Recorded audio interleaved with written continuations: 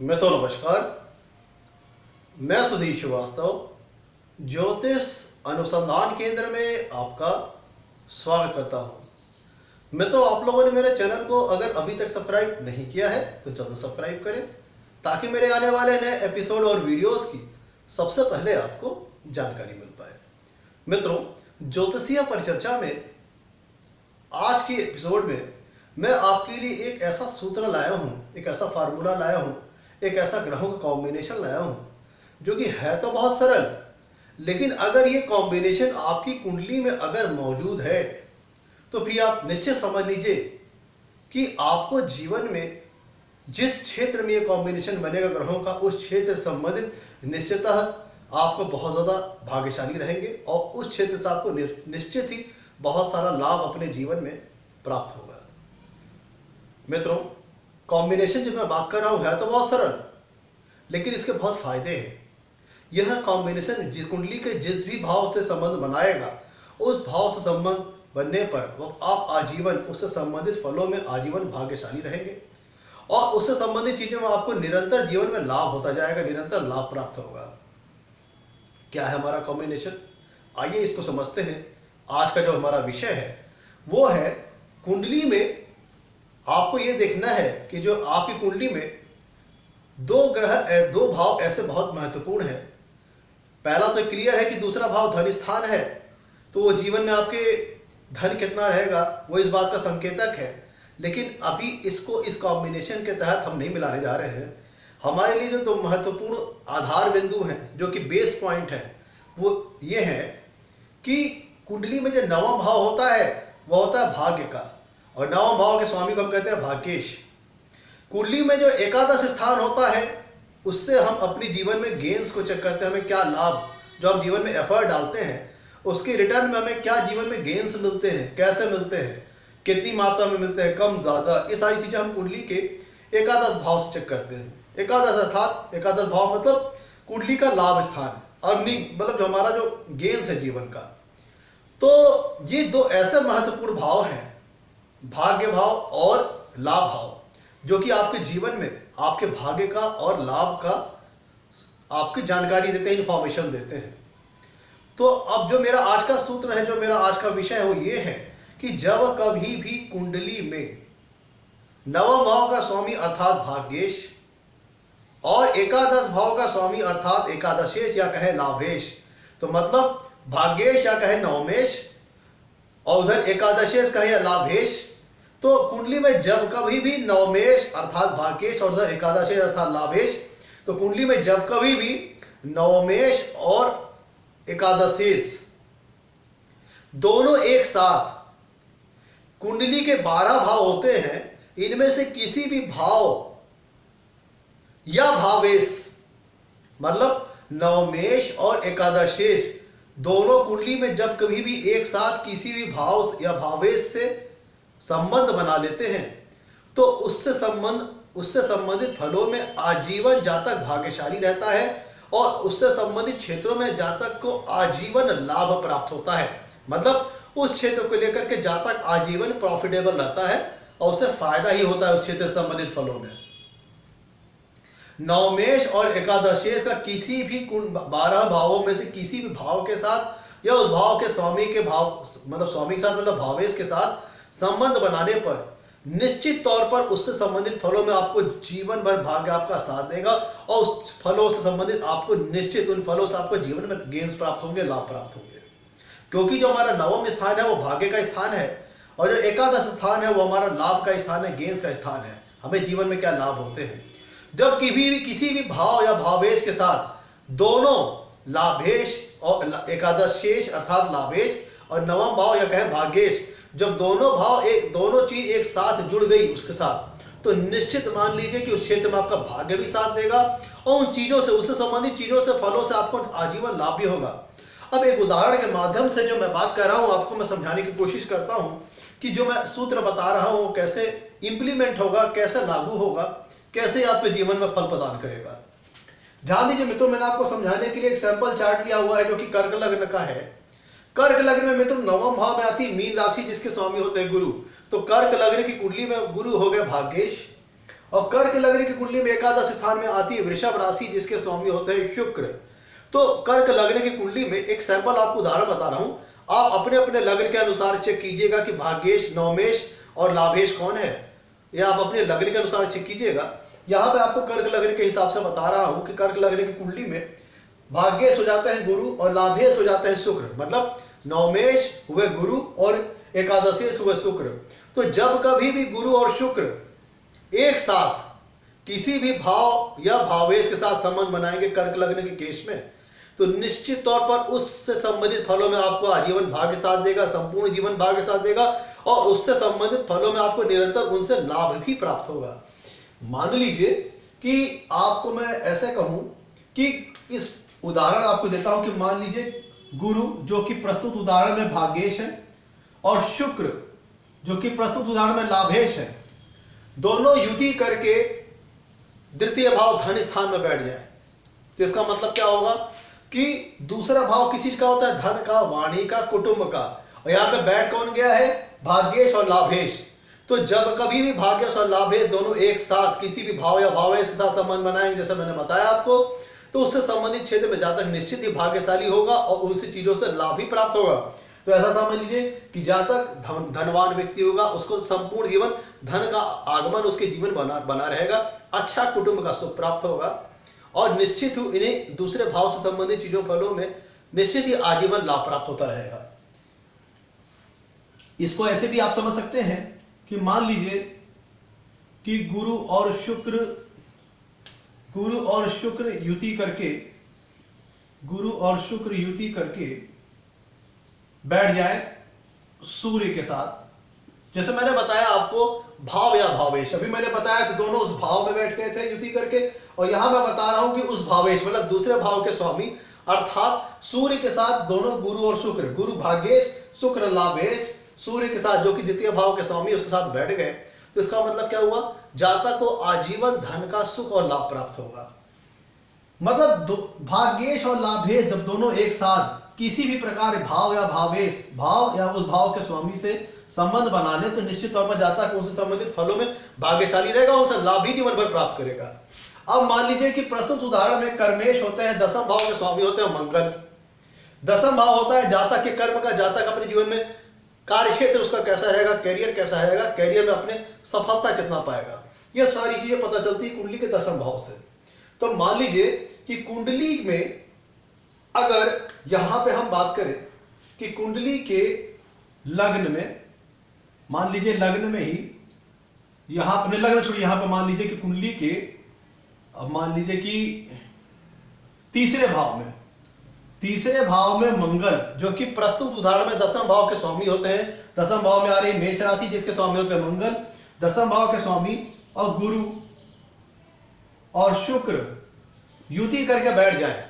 तो यहां पे किन किन चीजों की युति हो रही है? यहां पे युति हो रही है दसम भाव के स्वामी अर्थात कर्मेश की, गुरु भाग्येश की और शुक्र लाभेश की। तो कर्म के साथ अब क्या जुड़ गया? कर्म के साथ भाग्य का स्वामी भाग्येश जुड़ गया और लाभ का स्वामी अर्थात लाभेश शुक्र जुड़ गए। तो अब कर्म के साथ भाग्य भी जुड़ गया और लाभ भी जुड़ गया। तो इसका मतलब क्या होगा कि जातक जिस भी क्षेत्र में कर्म करेगा उसे निश्चित ही उस क्षेत्र में सफलता प्राप्त होगी। क्यों? क्योंकि अब कर्म के स्वामी अर्थात कर्मेश के साथ अब भाग्य भी जुड़ा हुआ है और लाभेश भी जुड़ा हुआ है। तो इसका मतलब हुआ कि जातक जिस भी क्षेत्र में कर्म करेगा भाग्य उसका निरंतर साथ देगा और जातक उस क्षेत्र से आजीवन लाभ भी प्राप्त होता रहेगा। इसका मतलब जातक जिस भी क्षेत्र में हाथ डालेगा, सब कर्म करेगा, एफर्ट करेगा, उसको उस क्षेत्र में निश्चित ही अच्छी खासी सफलता प्राप्त होगी। क्यों? ऐसा इसलिए कि कर्म को अब कर्मेश मंगल को इस प्रस्तुत उदाहरण में भाग्येश गुरु का भी साथ मिल गया और लाभेश शुक्र का भी साथ मिल गया। तो मित्रों सूत्र बड़ा सरल है कि नवमेश और एकादशेश अर्थात भाग्येश और लाभेश जब कभी भी कुंडली में किसी भी दोनों एक साथ किसी भी भाव के साथ या उस भाव के स्वामी के साथ किसी भी प्रकार अगर संबंध बना लेते हैं, तो उस भाव से संबंधित जो भी फल होंगे उनसे संबंधित चीजों में जातक संपूर्ण जीवन भाग्यशाली रहेगा और उनसे संबंधित फलों में निरंतर लाभ भी प्राप्त करेगा। अब एक अगला उदाहरण आपको देता हूं। मित्रों कुंडली में चौथा भाव होता है सुख का, माता का सुख, घर मकान का सुख, वाहन का सुख, लग्जरीज का सुख, जीवन में मिलने वाले लग्जरीज और कंफर्ट का सुख, यह कुंडली के चौथे भाव से देखा जाता है। अब प्रस्तुत उदाहरण में चौथे भाव में आ रही तुला राशि, जिसके स्वामी होते हैं शुक्र, और शुक्र प्रस्तुत उदाहरण में लाभेश भी है। तो जब मैंने आपको सूत्र बताया था कि मान लीजिए कि लाभेश और नवमेश दोनों एक साथ बैठ जाए भाव में या फिर भाव के स्वामी के साथ, भावेश के साथ, तो फिर उनसे संबंधित चीजों में जातक भाग्यशाली रहता है। तो यहाँ पे प्रस्तुत उदाहरण में चौथे भाव के स्वामी खुद शुक्र होते हैं। तो मान लीजिए कि चौथे भाव में गुरु और शुक्र बैठ जाए, तो चौथा भाव होता है घर, मकान, जमीन, जायदाद, गाड़ी, मकान, वाहन, तमाम प्रकार के सुखों का, लग्जरीज का, वेल्थ का, ऑर्नामेंट्स का। तो अब यहाँ पे खुद शुक्र प्रस्तुत उदाहरण में खुद चतुर्थ भाव के स्वामी है और गुरु भाग्येश है। तो आप अपने जो मैं बातें बोल रहा हूं, मैं एक सैंपल उदाहरण कर्क लग्न के हिसाब से बता रहा हूं। यहाँ पे मैं जो जो चीजें बता रहा हूं वो उसे आप अपनी कुंडली में अपने लग्न के हिसाब से देखते जाइएगा। ये नहीं कि जो मैं कर्क लग्न में जो ये सिद्धांत बोल रहा हूं ये सभी लग्नों पर एप्लीकेबल है। तो आप अपने लग्न के अनुसार मेरे बताए गए सिद्धांतों को देखिएगा। यहाँ पे आपको समझाने के लिए मैंने कर्क लग्न को एज अ सैंपल चार्ट लिया हुआ है। अब ध्यान दीजिए कि यहाँ पे नवमेश और लाभेश दोनों चौथे भाव में कुंडली के बैठे हुए हैं। तो यहाँ पे आपको हर प्रकार के सुख अपने जीवन में प्राप्त होंगे। अच्छा सुख माता का प्राप्त होगा, गाड़ी मकान का सुख, वाहन का सुख, जीवन में मिलने वाली लग्जरीज का, कंफर्ट का, हर सुख आपको बड़ी अच्छी मात्रा में प्राप्त होगा।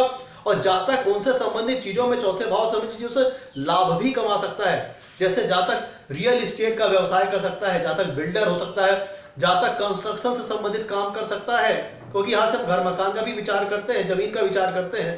तो जब वेल्थ, वैभव मतलब क्या, घर मकान, जमीन, वाहन, भूमि, गाड़ी मकान का सुख, तो उनसे संबंधित जातक व्यापार भी कर सकता है, जैसे रियल एस्टेट का, प्रॉपर्टी डीलर का, ब्रोकरशिप का, जमीन खरीदने बेचने में दलाली का काम करने का, अपना खुद वो अपार्टमेंट बना करके उसको किराए पे दे सकता है, अपना घर मकान किराए पे देके किराएदारी के माध्यम से भी लाभ कमा सकता है। मतलब यहाँ पे उसको सुख तो प्राप्त होगा भी और इनसे संबंधित चीजों से जातक को आजीवन लाभ भी प्राप्त होगा। तो मित्रों ये मैंने आपको सूत्र जो बताया बहुत ही सरल है। अब मान लीजिए कि यही मैं कहूं कि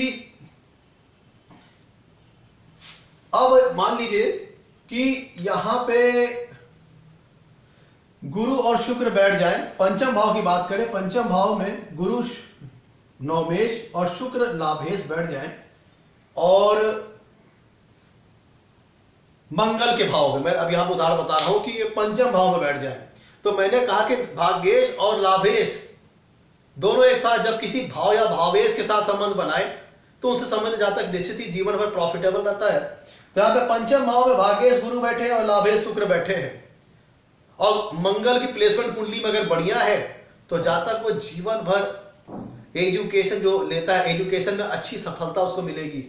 अपनी एजुकेशन के बलबूते जातक जीवन में अपनी एजुकेशन से अपनी अर्निंग कर पाएगा, काफी अच्छी लेवल की उसकी एजुकेशन होगी और जातक जो भी एजुकेशन प्राप्त करेगा अपने जीवन में उनको अपने कार्य क्षेत्र में इस्तेमाल करके जातक अपने जीवन में अच्छा खासा धन भी कमा सकेगा, यश और कीर्ति भी प्राप्त करेगा, क्योंकि पंचम भाव के साथ अब भाग्य भी जुड़ गया है और लाभ भी जुड़ गया है। जातक को अपने संतान से बड़े लाभ प्राप्त होंगे, जातक को अपने जीवन में संतान का सुख बहुत अच्छा प्राप्त होगा, जातक की बुद्धि बहुत तेज होगी, जातक बहुत बुद्धिमान होगा, बहुत ही अच्छा सूक्ष्म और कह लीजिए कि शार्प ब्रेन का स्वामी होगा, उसके पास गजब की इंटेलेक्चुअल पावर होगी, क्योंकि पंचम भाव से हम एजुकेशन, बुद्धि, विद्या का इन सब चीजों का विचार करते हैं। तो मैंने जैसा कि आपको सूत्र बताया कि उस भाव से संबंधित जो भी फल होंगे उनसे संबंधित जातक जीवन भर फलों में भाग्यशाली रहेगा और उनसे संबंधित जातक जीवन भर में लाभ भी प्राप्त करेगा। अब मतलब यहाँ पे जातक को जीवन भर संतान सुख बहुत अच्छी प्राप्त होंगे, जातक की एजुकेशन बहुत अच्छी रहेगी, जातक बहुत बुद्धिमान होगा, क्लेवर होगा, इंटेलेक्चुअल होगा, हाई लेवल की इंटेलिजेंस लेवल उसके पास होगी और जातक के पास कह लीजिए कि बहुत शार्प ब्रेन का मालिक होगा, बहुत इंटेलेक्चुअल आदमी होगा, बहुत इंटेलिजेंट आदमी होगा और उसकी एजुकेशन बहुत अच्छी रहेगी। जातक प्रेमी स्वभाव का होगा और जातक को आजीवन समझ लीजिए कि अपनी एजुकेशन के माध्यम से अपनी एजुकेशन को अपने कार्य क्षेत्र में इस्तेमाल करके अपने जीवन में उसी से आजीविका प्राप्त करेगा और उसे उसी के बलबूते नाम, यश, कीर्ति और प्रसिद्धि प्राप्त करेगा। तो मित्रों आप किसी भी 12वें भाव के साथ मैंने बात की है किसी भी 12 भाव में मैंने कहा है कि भाग्येश और लाभेश चले जाएं, तो उनसे संबंधित फलों में जातक को निश्चित ही अपने जीवन में आजीवन लाभ और भाग्य उसका साथ देगा। यहां पे मित्रों ध्यान दीजिएगा, मैंने जो बात कह रहा हूं उसमें मैंने जो कहा है कि भाव और भावेश के साथ संबंध बनना चाहिए। तो अब यहां पे अगर हम त्रिक भाव को ले लें, कुंडली के 6वें 8वें और 12वें भाव को ले लें, तो 6वें 8वें 12वें भाव से आप यहां पे जो मैं बता रहा हूं इसको कुंडली के 6वें 8वें और 12वें भाव पे अगर अप्लाई करेंगे तो 6वें 8वें 12वें भाव के में आप ये सोचेंगे कि वहां पे भाग्येश और नौमेश जाके कमजोर पड़ जाएंगे। ठीक है, तो आपको मन में ये विचार आएगा, लेकिन आपको ध्यान ये देना है कि अब जैसे यहां पे बैठ गए तो उसमें क्या होगा कि उससे संबंधित फल तो शुभ फल तो प्राप्त होंगे, लेकिन उसमें वो उतनी मात्रा में नहीं प्राप्त होगी। अगर इनका दोनों का संबंध अगर कुंडली के त्रिक भाव में बन गया, जैसे 6वें भाव से 8वें भाव से या फिर 12वें भाव से, 6वें भाव या 8वें भाव या 12वें भाव के भाव या भावेश से संबंध बना भाग्येश और लाभेश का, तो अब यहां पे जो उनसे संबंधित फल है उनसे संबंधित फलों में पॉजिटिव रिजल्ट्स आएंगे, लेकिन उतनी ज्यादा मात्रा में नहीं आएंगे। और अगर कुंडली के त्रिक भावों की बात करें कि 6वें 8वें 12वें भाव की बात करें या उनसे उनके स्वामी भाव उनके भावेश की बात करें, तो यहाँ पे क्या होगा कि उनके संबंधित जो पॉजिटिव फल है उनसे संबंधित फल तो आएंगे, लेकिन उतनी मात्रा में नहीं आएंगे। और उनसे भावों से संबंधित त्रिक भावों से संबंधित जो नेगेटिव फल होंगे उसमें कमी आ जाएगी। मतलब भाग्येश और लाभेश अगर 6वें 8वें 12वें भाव से संबंध बना ले या उनके भावेश से संबंध बना ले तो पॉजिटिव रिजल्ट होंगे वो तो प्राप्त होंगे, लेकिन कम उनसे संबंधित जो फल होंगे वो कम मात्रा में प्राप्त होंगे, लेकिन इनके जो निगेटिव रिजल्ट्स होंगे उसमें कमी आ जाएगी। तो मित्रों यह था आज का एपिसोड मेरा एक सरल सूत्र के ऊपर जो कि जीवन में आपको हमेशा सफलता प्रदान करता है। और आप इसी तरह 12 भावों से दोनों चीजों को कनेक्ट करके देख लीजिएगा किस तरह से अगर किसी 12 भाव से किन्हीं भी भाव से अगर इनका कनेक्शन बनता है भाग्येश और लाभेश का एक साथ, तब मैंने जो बताया सूत्र उस पर अप्लाई होगा और उस संबंधित चीजों में आपको लाभ प्राप्त होगा। मित्रों यह था मेरा आज का एपिसोड। अगर आपको हमारा एपिसोड पसंद आया हो तो इसे लाइक करें, हमारे चैनल को सब्सक्राइब करें। आज के लिए इतना ही मित्रों, धन्यवाद।